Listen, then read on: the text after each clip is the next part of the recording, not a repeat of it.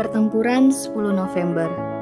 Pertempuran 10 November adalah pertempuran terbesar dan terberat dalam sejarah Revolusi Nasional Indonesia, sehingga menjadi simbol nasional atas perlawanan Indonesia terhadap kolonialisme. Pada 9 November 1945, Inggris mengultimatum akan menggempur kota Surabaya dari darat, laut, dan udara apabila orang Indonesia di Surabaya tidak mentaati pemerintahan Inggris pada saat itu. Mereka juga mengeluarkan instruksi bahwa pemimpin bangsa Indonesia dan para pemuda di Surabaya harus datang selambat-lambatnya pada 10 November 1945 pukul 6 pagi waktu Indonesia bagian Barat di tempat yang sudah ditentukan.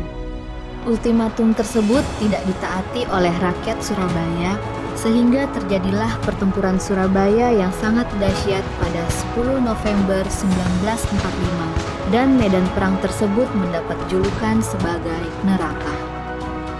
Banyak pejuang yang gugur dan banyak juga rakyat yang menjadi korban pada saat itu. Serta semangat membara telah membuat kota Surabaya kemudian dikenang menjadi kota pahlawan.